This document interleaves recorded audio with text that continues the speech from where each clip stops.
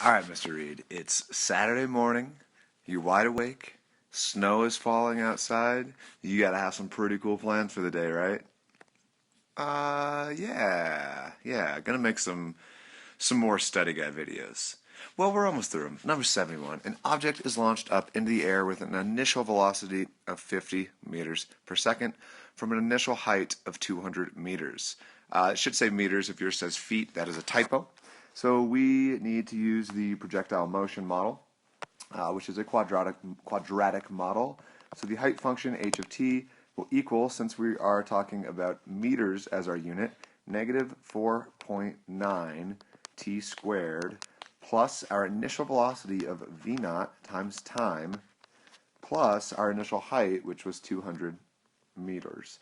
I meant to write not v naught there, but actually 50, because we know that 50 was the initial height. So we have two questions we want to answer. We want to know how fast is it moving when it hits the ground, and at what time is the object moving at a speed of 1 meter per second. So let's go ahead and do A first. To answer this question, how fast is it moving when it hits the ground, we need to know when it hits the ground, what time it hits the ground. So you could use a quadratic formula, but since this is a calculator problem, I would graph it and calculate the zero using my calculator.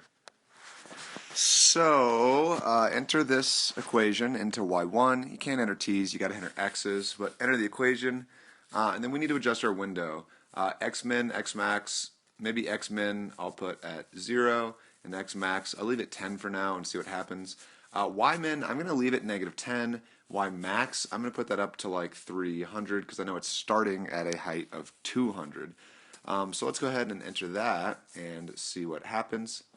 And looks like that's not quite good enough. So on that window, I can't see the top of my parabola, and I can't see where it hits the ground again. So I'm going to go back to my window. That tells me I need more x. So I'm going to bump the x up to 20, bump the y up to 400, just so I can see the whole thing. And now I'll graph it again, and now I can see everything I want to see. So I want to calculate that 0. So second trace gets you to calculate. I want the 0, option 2, which will get me the x-intercept. For left bound, just make sure your point on the graph is positive. Hit enter. Then right bound, move your cursor to the right until your y values are negative, indicating you have passed the x-axis.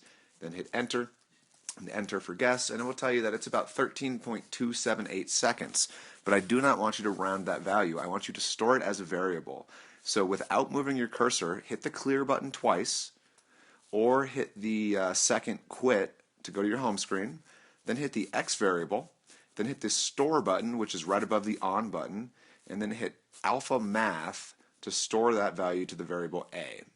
So now A has that value, 13.27805.128, yada, yada, yada, yada, yada. And we want to know how fast is it moving when it hits the ground. So I'm going to go back to my graph. I'm going to hit second trace to get to the calculate options, and I'm going to calculate option 6, dy dx, because if we want to know how fast it's moving, well, the derivative of a position graph is a velocity graph. So I hit second trace, option 6, takes you back to your graph, and now we need to tell it to find the derivative at a. So hit alpha math again. You'll see your screen says x equals a, and now you can hit enter. And you can see that it says negative 80.1249, which I'm going to say 80.125 meters per second. Notice that the derivative itself is negative because the object is moving down at that time, but the question asks you for a how fast is it moving. It wants to know the speed, and speed is a positive number. Velocity can be positive or negative, but speed is just positive. So let's go ahead and do question B now. At what time is the object moving at a speed of 1 meter per second? So for that, we need the derivative. So it's pretty quick and painless to take the derivative of this.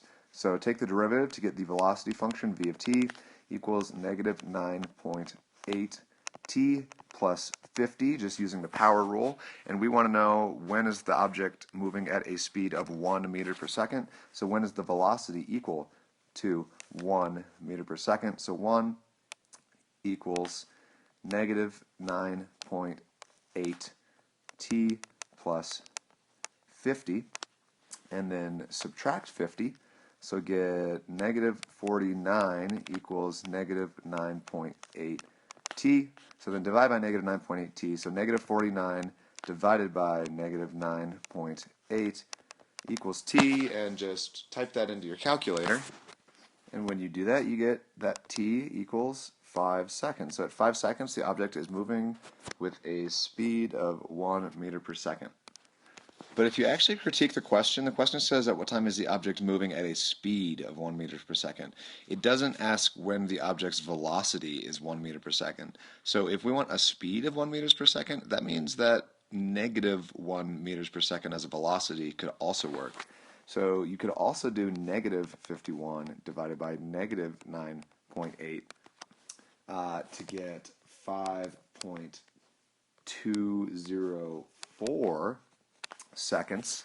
That object is moving at 1 meter per second when it's 5.204 seconds, but its velocity is negative, so it's moving down. So actually there are two answers to this question. I believe I only put one answer to the question on the answer key, but if you're critical, there are two different answers to this question. I would accept just 5, but there are two answers technically.